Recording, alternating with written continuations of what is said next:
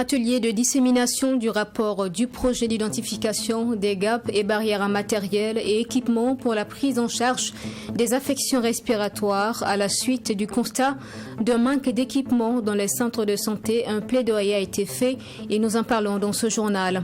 Dans ce journal également, les récents points de l'histoire du Burkina, notamment les 2 derniers coups d'État, ont impacté la liberté d'expression dans le pays. C'est une question posée. Plusieurs acteurs de la vie publique, journalistes, politiques et des citoyens également ont été interrogés donc dans le reportage que nous vous proposons.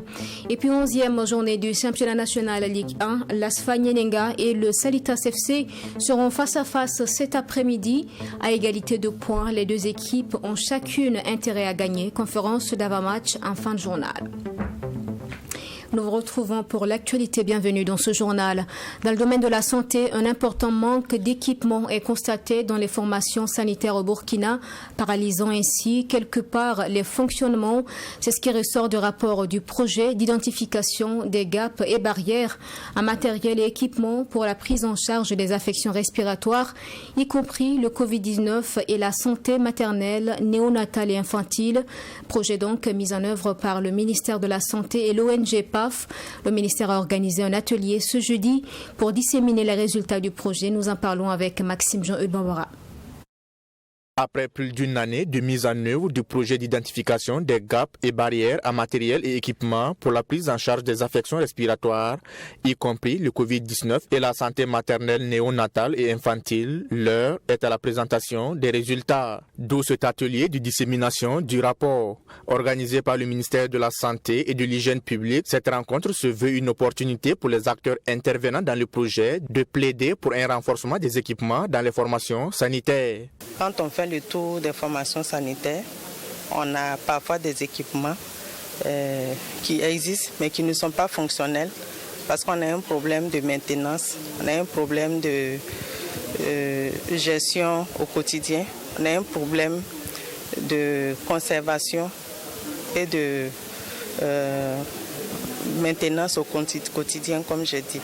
Et donc ça appelle à réfléchir pour voir quels sont les meilleurs mécanismes pour que les équipements que nous acquérons à travers le budget de l'État et les partenaires, on puisse les optimiser, on puisse assurer un maintien et une garantie pour qu'ils soient fonctionnels de façon durable et de façon efficace. Des résultats du rapport, il ressort qu'il y a une insuffisance d'équipements tant dans les formations sanitaires périphériques que dans les centres hospitaliers régionaux et ceux universitaires. Le problème est encore plus criard dans certains services, notamment la réanimation et au niveau de la prise en charge de la santé maternelle, néonatale et infantile. Nous avons essayé de regarder de manière particulière certains types d'équipements. Par exemple, ceux qui rentrent dans la réanimation du nouveau-né ou ceux qui interviennent dans la prise en charge de la réanimation des patients en général. Donc on a essayé de cibler aussi certaines catégories pour voir quels étaient les problèmes cruciaux à ce niveau-là. Comme nous le savons tous, nous n'allons pas pouvoir régler les problèmes de morbidité et de mortalité en n'ayant pas un minimum d'équipement fonctionnel au niveau de nos formations sanitaires. Donc c'est vraiment un appel à ce que tous les partenaires se mettent ensemble autour du ministère pour que nous puissions régler ces problèmes-là et pouvoir offrir des soins de qualité à nos populations. Cet atelier marque la fin du processus d'identification des gaps en équipement, en matériel et en oxygène. Le projet est mis en œuvre par le ministère de la Santé à travers la Direction générale de l'offre de soins en collaboration avec l'ONG PAF. Cet atelier qui réunit les directeurs régionaux de la santé, les directeurs généraux des hôpitaux, ainsi que les partenaires techniques et financiers se veut donc une occasion d'interpeller les autorités à redoubler d'efforts pour renforcer le système de santé au Burkina Faso.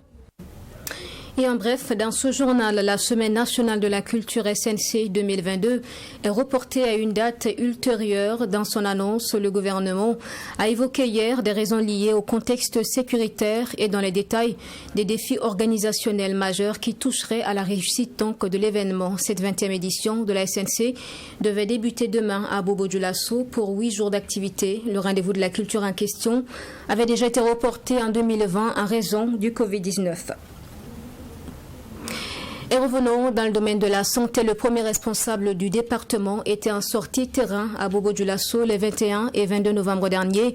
Jean-Claude Kalgougou était dans l'optique de prendre connaissance des acquis et des difficultés rencontrées dans les structures sanitaires à Bobo-Dioulasso, le centre hospitalier Sorosanou, l'une des structures visitées. Les images avec notre correspondant Joseph Koudgou. C'est une sortie terrain effectuée par le ministre en charge de la santé et de l'hygiène publique à Bobo-Dioulasso. Ici, nous sommes au centre hospitalier Sorosanou. Docteur Jean-Claude Kalgougou est venu toucher du doigt les quelques difficultés rencontrées par cet établissement de santé. Le ministre a pu toucher du doigt les conditions de travail dans ces différents services. Il y a souvent des problèmes en néonatologie, pour la réanimation des enfants, et nous avons pris l'engagement de travailler à faire en sorte que ce service-là puisse être renforcé, mais aussi la première ligne, comment faire en sorte que les enfants puissent être pris en charge au niveau des CSPS, au niveau des centres médicaux et au niveau des CMA avant d'arriver au niveau de l'hôpital. Après le centre hospitalier Sorosanou, le cap est mis sur le centre Muraz où s'est tenue la conférence annuelle des directions des établissements publics de santé du Burkina Faso. Une rencontre de partage d'expériences entre acteurs de santé.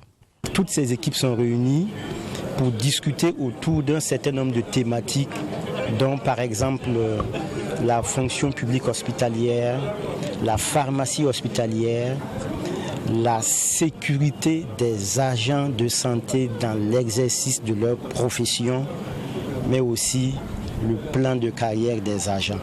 Face aux différentes thématiques abordées, Dr Jean-Claude Kalgougou a réaffirmé l'engagement du gouvernement pour améliorer l'offre de santé aux populations. Le ministre en charge de la Santé s'est aussi rendu sur le chantier du centre de radiothérapie de Bobo-Dioulasso. C'était mardi dernier, lancé en octobre 2020 avec un délai d'exécution de 18 mois. Les travaux connaissent un retard. Le taux donc d'exécution est estimé à 21%. Des mesures ont été prises par le ministre justement pour que l'infrastructure soit livrée courant 2023. Nous restons avec notre correspondant Joseph Koudgou. Le ministre en charge de la santé et de l'hygiène publique sur le chantier du centre de radiothérapie de Bobo-Dioulasso. Une visite pour s'imprégner de l'état d'avancement des travaux. Estimé à 21% du taux d'exécution, ce chantier accuse un retard. C'est le constat fait par le ministre en charge de la santé, Jean-Claude Kalgougou. Il est vrai que c'est un chantier qui est en retard. Nous sommes à un taux d'exécution physique de 21%. Mais nous avons bon espoir, après cette visite chantier, que les travaux vont s'accélérer pour que courant l'année 2023, Bobo-Dioulasso, la grande région de l'Ouest, puisse aussi bénéficier d'un centre de radiothérapie. Pour cela, nous avons demandé à l'entreprise de nous produire un agenda de finition des travaux. Lorsque nous allons avoir cet agenda d'ici 2 semaines, nous allons mettre en place un mécanisme de suivi très rigoureux pour que, comme je l'ai dit, courant 2023, ce centre soit réceptionné et qu'il soit mis en fonctionnement. Occasion pour le premier responsable du centre médical de Dafra d'exposer au ministre les difficultés rencontrées dans les différents services du centre. Au niveau de la maternité, c'est surtout l'exiguïté des locaux. C'est-à-dire les locaux sont là depuis 2006. Il n'y a pas eu de réhabilitation. Donc les locaux sont vraiment très petits. Pourtant, actuellement, nous recevons vraiment une grande majorité des femmes qui viennent accoucher à la maternité. Donc nous avons fait le plaidoyer à monsieur le ministre de la Santé de réhabiliter et faire une extension vraiment de la maternité. Et il y a également le bloc opératoire que monsieur le ministre a visité. À ce niveau aussi, il faut dire qu'il est exigu. Et en plus de l'exiguïté, il y a le problème du matériel médico-technique qui se pose. Nous avons insisté pour dire que le ministère va prendre toutes les dispositions pour renforcer le CMA en équipement médico-technique et aussi réhabiliter certains bâtiments du CMA de Dafra. Du reste, nous avons un marché qui a été signé, un contrat a déjà été signé et dans les prochains mois, c'est sûr que les travaux vont commencer ici. Le ministre de la Santé a profité de l'occasion pour administrer le vaccin contre l'hépatite à un nouveau-né. Et à présent, atelier de validation du code d'éthique et de déontologie du ministère de la fonction publique, du travail et de la protection sociale.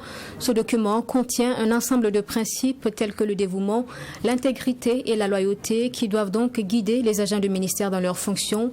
Ces derniers devront donc répondre convenablement aux besoins des populations. Le point de l'atelier de validation ce 24 novembre, c'est avec Abdoulaye Nigné. L'avant-projet de code d'éthique et de déontologie est un document de 40 articles qui fait ressortir les valeurs et les principes que doivent incarner les agents du ministère de la fonction publique, du travail et de la protection sociale. Ce code, une fois adopté, sera la boussole des agents dans leurs actions au service des populations. Selon la chef de service gouvernance administrative et locale, le respect des principes d'éthique et de déontologie contenus dans ce code permettra sans doute d'assurer un service public de qualité.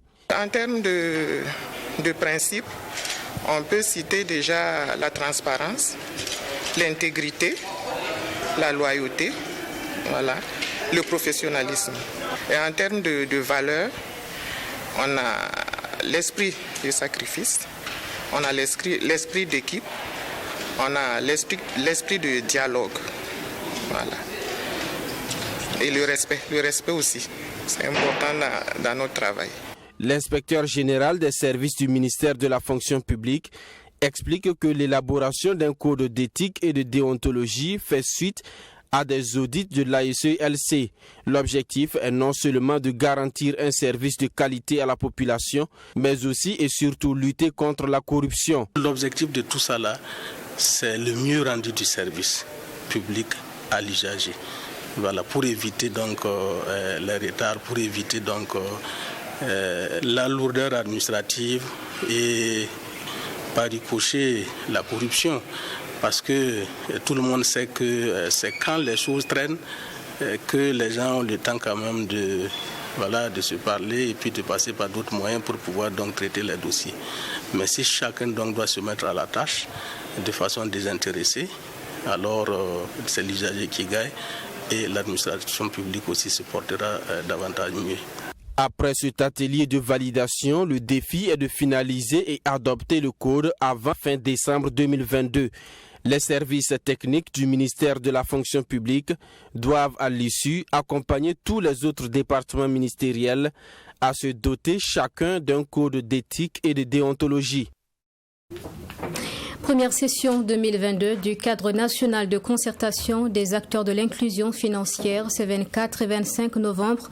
La rencontre s'est penchée sur le sujet de l'inclusion financière comme instrument de renforcement de la résilience des personnes déplacées internes. C'est dans l'optique donc de porter à 75% le taux de bancarisation qui a connu une forte régression en 2021. Les acteurs de l'inclusion financière donc placent les déplacés internes au cœur de leurs activités à travers l'octroi de crédit.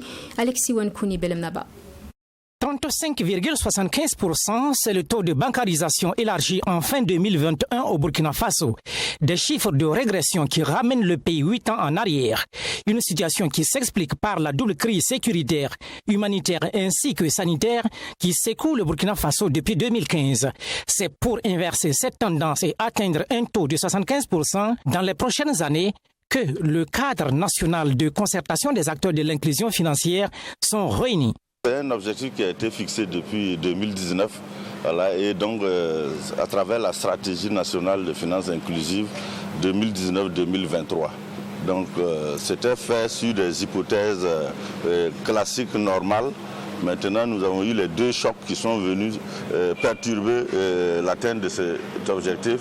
Donc nous tentons de rattraper, sinon il est clair que nous ne pourrons pas atteindre ça en 2023. Le taux fin 2021, monsieur le représentant du ministre vous l'a donné dans son discours, 35,75%. Donc en une année, on ne pourra pas monter jusqu'à 75%. Pour cette première session 2022, le thème retenu est l'inclusion financière comme instrument de renforcement de la résilience des personnes déplacées internes au Burkina Faso. C'est donc pour relever les défis de la résilience dans ce contexte sécuritaire que l'inclusion financière est servie comme outil fondamental pour l'atteinte des objectifs fixés par les premiers acteurs. C'est donc le défi de la résilience de ces acteurs dans un contexte où les fragilités se sont renforcées en lien donc avec le contexte sécuritaire très difficile. L'inclusion financière elle est fondamentale, c'est un outil donc qui participe à l'essor économique, au développement des acteurs et à leur autonomisation et qui permet donc leur accès donc à des services sociaux de base, la santé, l'éducation et tout ce qui est donc activité génératrice de revenus pour pouvoir effectivement mener des activités qui puissent les prendre de vue de manière digne. Donc c'est une priorité fondamentale à leur niveau. À l'issue de cette première session qui dure 48 heures, des résolutions et des recommandations seront formulées afin d'apporter des réponses durables, surtout en plaçant au cœur les personnes déplacées internes en leur donnant les moyens d'avoir des crédits productifs. Nous vous en parlions un titre de ces coups d'État répétition ces derniers mois au Burkina avec les régimes militaires qui s'en sont suivis. Dans ce contexte, la liberté d'expression est-elle restée intacte? En tout cas, des valeurs chères aux Burkinabés s'expriment au quotidien à travers émissions interactives, plateaux et animations de la vie publique. Mais qu'en est-il de cette liberté d'expression? Des acteurs répondent. C'est dans ce reportage signé Geoffroy Va. La crise sécuritaire que vit le Burkina Faso depuis 2016 engendre aujourd'hui une instabilité institutionnelle. 2 coups de force en 8 mois, plusieurs secteurs de la vie économique fonctionnent à minima. Les Burkinabés sont durement éprouvés mais n'ont pas perdu les acquis démocratiques de ces dernières années, les libertés d'expression et de manifester. David Nana et Denis Ougrana sont des animateurs d'émissions interactives. Le mot à dire, tout comme ça nous concerne, sont des émissions d'opinion. Chaque matin, ils ouvrent leur micro. Les auditeurs posent leurs préoccupations, réagissent au sujet de leur choix. La seule règle, imposer la courtoisie dans les propos. C'est leur idéal, ils partagent le même idéal, ils sont capables d'aller défendre la patrie. Ils vont y aller. L'idée d'une émission interactive comme la nôtre, c'est la liberté d'expression. C'est dire ce qu'on pense, mais en utilisant les mots qu'il faut. Tout le monde est libre de s'exprimer. On peut tout dire, mais pour peu qu'on y mette de la manière. Parce qu'après aussi, c'est vrai que c'est la liberté d'expression, mais il y a aussi un cahier des charges, il y a aussi des principes qu'il faut respecter. Nous sommes en radio, donc c'est un média d'éducation. Donc on ne peut pas aussi... je peux ne pas être d'accord avec vous, mais je dois mettre de la manière, de la façon de le dire. Je ne dois pas vous agresser, je ne dois pas vous injurier, je ne dois pas utiliser des mots grossiers également. Donc c'est ce qu'on fait généralement au quotidien. Notre partenaire, qui va nous respecter pour avoir vous avez parlé de pillage et tout, depuis Blaise Compaoré jusqu'à Damiba. L'émission a toujours, depuis belle lurette, que ce soit depuis le départ de Blaise Compaoré jusqu'aux différents coups d'État, il y a toujours eu cette liberté pour que les gens puissent s'exprimer. Le problème seulement, c'est du côté des autorités qui ne comprennent pas. Parce que pour de telles émissions, il y a des gens qui apportent des analyses qui sont contraires, par exemple, à la vision que le gouvernement prône. Sur la question sécuritaire, on se retrouve avec, disons, des gens qui apportent des informations venant de leur localité. Il y a eu attaque, le gouvernement n'a pas relevé, il y a eu mort d'homme. Donc des informations souvent qui devraient interpeller, devraient être comptabilisées par l'autorité. Mais comme je le disais, beaucoup trouvent au contraire que c'est plutôt un canal qui permet à endiguer ceux-là qui sont contre leur gestion de pouvoir s'exprimer, alors que ce n'est pas le cas, ce sont les citoyens lambda qui s'expriment. Le citoyen, de façon générale, trouve la parole libre, même si pour certains, il faut tout de même faire attention. On sent que le Burkinabé n'est plus le Burkinabé des années 90, le Burkinabé de l'année avant 2014. Il a quand même un peu la liberté d'expression, il a quand même cette liberté de dire tout ce qui ne va pas dans le pays. Notamment le contexte de l'insécurité qu'on sent à l'heure actuelle.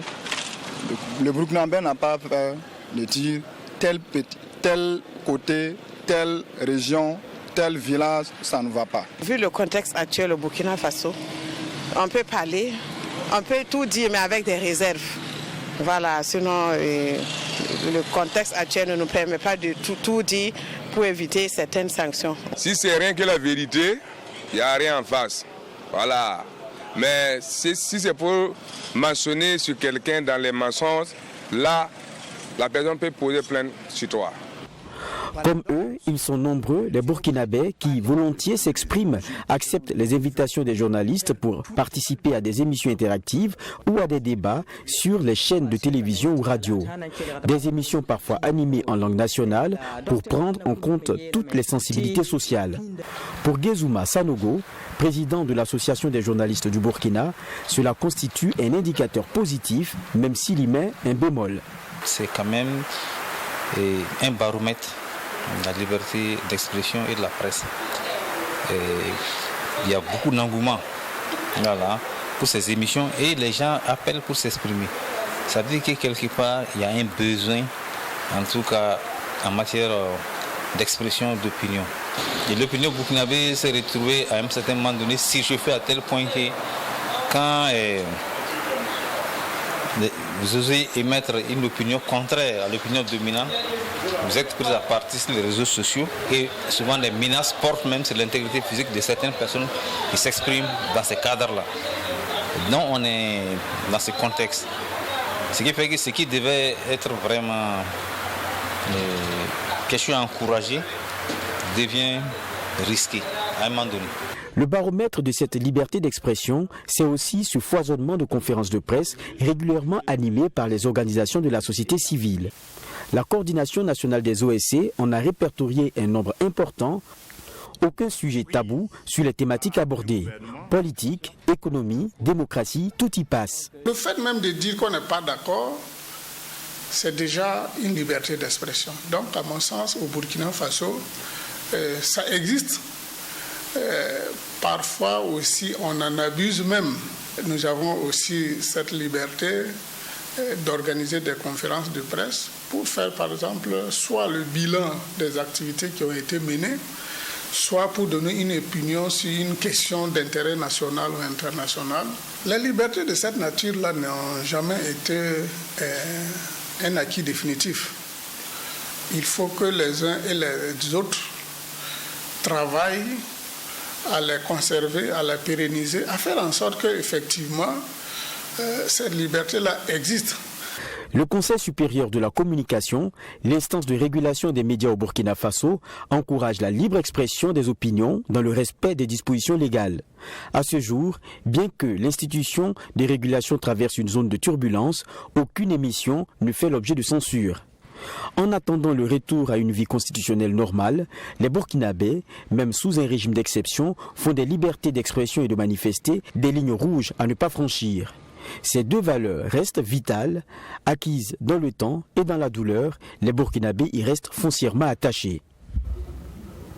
Un plan opérationnel d'appui à la campagne agricole de saison sèche 2022-2023 a été adopté en début de mois par le gouvernement dans l'objectif d'intensifier les productions pour compenser donc les pertes liées au déplacement de population en raison de la situation sécuritaire. Nous vous proposons l'appréciation de la Confédération paysanne du Faso donc, qui recommande aussi des pistes d'action de mise en œuvre du plan en question. C'est avec Joseph Koudougou et Fatima Tanikima.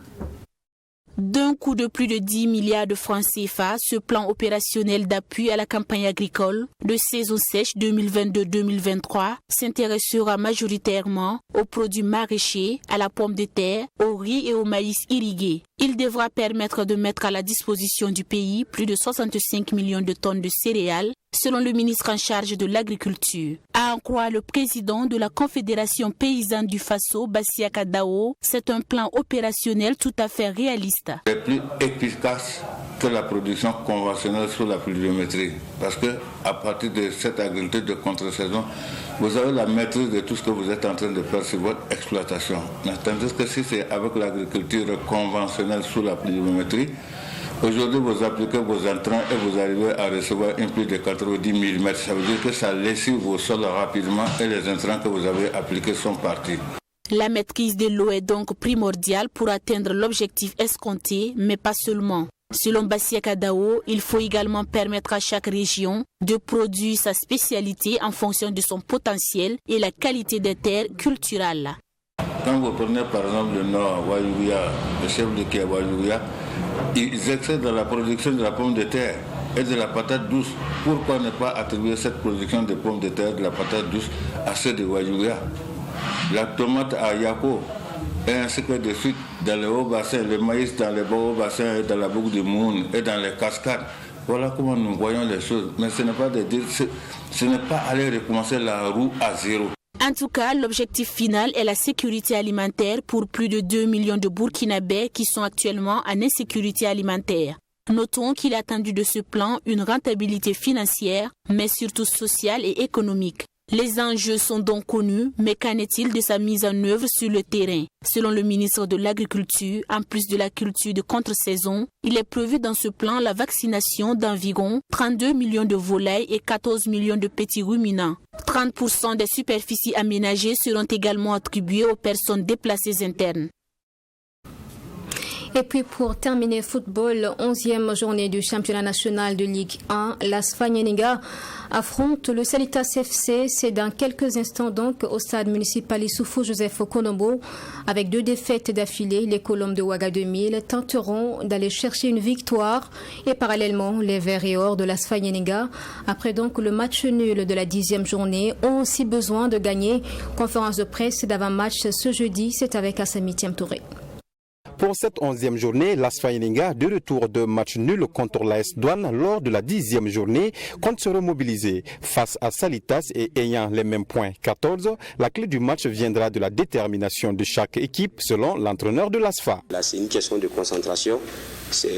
Donc, je pense que c'est d'être d'abord nous-mêmes, l'humilité le plus simple possible, essayer d'être dans nos plans de jeu. Cultiver la patience parce que ça nous manque beaucoup dans ce face-au-foot. Tout ce qui a été donné comme consigne doit être respecté. Et le reste maintenant, laisser à chaque joueur mettre ses empreintes, sa personnalité dans le jeu. Ça peut être le déclic du match. Avec 2 défaites d'affilée, Salitas est une équipe en quête de points à en croire l'entraîneur. Pour lui, le match sera très engagé. L'AS Fagnénéga, c'est un gros morceau, c'est une grande équipe. Salitas, nous venons de 2 défaites d'affilée. Donc je pense que nous avons intérêt vraiment à nous réorganiser le plus rapidement possible pour oublier ces 2 défaites-là et engranger des points.